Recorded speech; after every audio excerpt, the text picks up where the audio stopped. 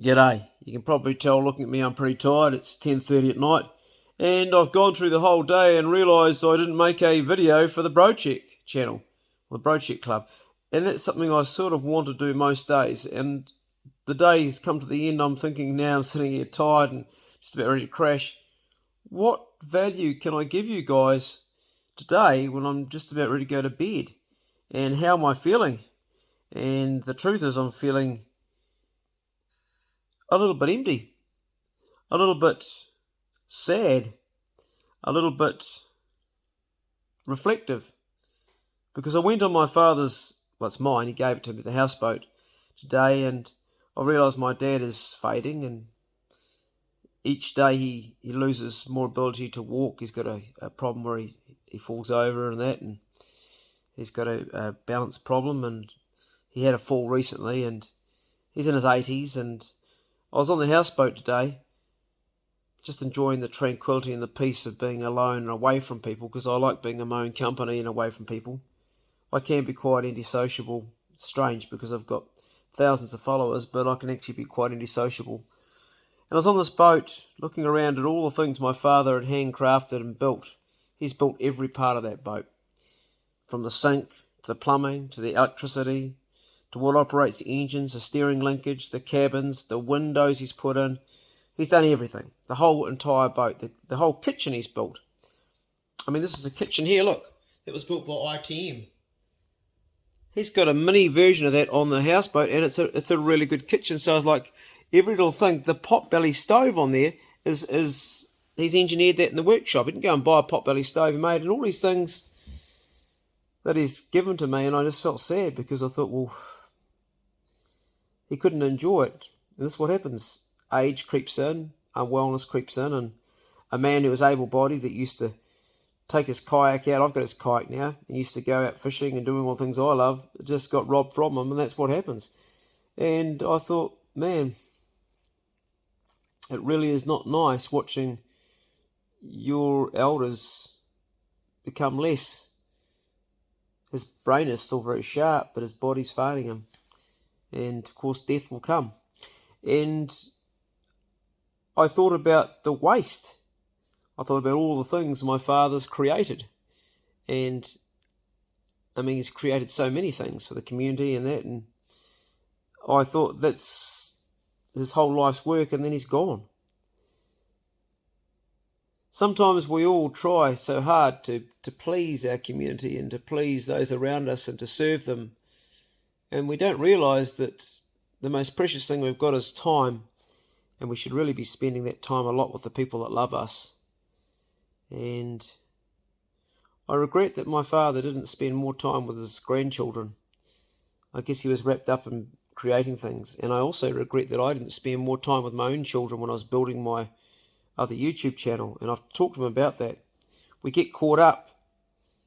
And at the end of the day, how many subscribers you've got, how many likes you get, how many good comments you get actually have very little to do with who you are and what you really want to achieve in this life. And the thing that you really want to achieve in this life is healthy, balanced, good relationships that support and help the people you love to reach their goals, to have good health, and to communicate the truths, and to be really honest, and to have integrity, and to not judge the people that are around you and your family and the people that matter to you, and to hear people's grievances and give them the time, and not always have to be right all the time.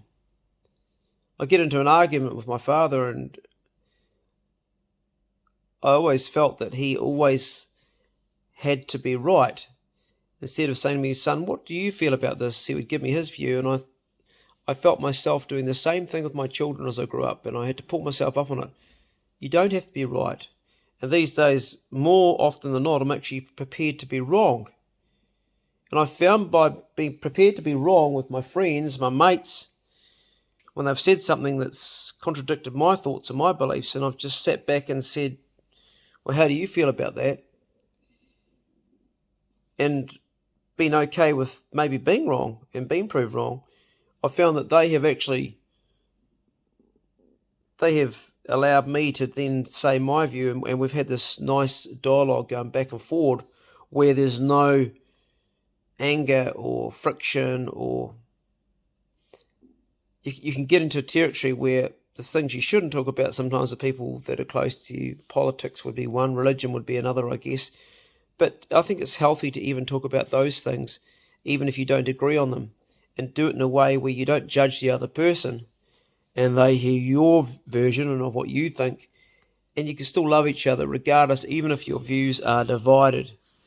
I've got friends that are politically left. Most of my friends politically are right. Politically, I guess I'm more to the right than left. But then again, some of my most closest friends are extreme lefties and almost almost verging on being communists, where they say, oh no, we should all just have the same stuff and we don't need money and we could all live equally, and what's mine's yours and what yours is mine. And that belief system is so far away from the other belief system is you've got to work hard and strive hard to get what you've got, to achieve what you've got. And I've got friends from such diverse areas because I don't judge them. I just hear them out, and I don't give them always my approval or disapproval. I just hear what they're saying and validate what they're saying because that's their truth. I think we've all got to stand firm in our truth, and we can get easily caught up on trying to get the pat on the back and trying to get the likes. But the thing is, if you crave so much the pat on the back and the likes, if you rely on that so much, then that means also that what people say to you negatively will affect you in a bad way and it will knock you down. So I think it's always better to be graceful when someone offers you a pat on the back, but don't take it to meaning that you're fantastic. You're still just you, and you've got to be happy with how you are regardless of what they say. And also if they say something really bad, also just take it with a grain of salt, like you took the good things they said about you, the praise they've done, because neither really should be that important. What should be important is how you view yourself and feel about yourself.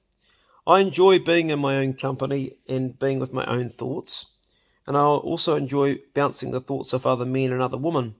But at the end of the day, I go to bed at night alone, and I like going to bed alone with my own thoughts because you've got to like being in your own company. You've got to like being in your own skin, because you come into this world with nothing but being in your own skin, and on your final day you're still with yourself. So all this journey through the whole life we go through, it's important to be good about it. A lot of men I know fall into relationships, and I say fall into it because they meet this woman, they fall in love, and their ego virtually collapses and they fall into that person and they get lost. And I've had mates that have disappeared that I used to hunt with and go fishing with and do all sorts of things, and I don't hear from them anymore because they got married and they fell into that person. But I don't know that's always so healthy. I think it's important to retain yourself as well. Sometimes us men are our own worst enemies, and we do tend to do this, and then we cut off our mates around us, and then we wonder why we don't have a support network. So I would end this video by saying, nurture your friendships with your men friends, your male friends, and your female friends. Keep your network strong. And as I said in my previous video, cultivate positiveness, to be positive. So when you have a day like I've had today, and I felt melancholy about being on the houseboat looking at the things my father built, I ended the day to myself by saying how lucky I was to have a father who was so creative and created these amazing things, and he gifted me this amazing boat. How blessed was I, and I'm grateful for that.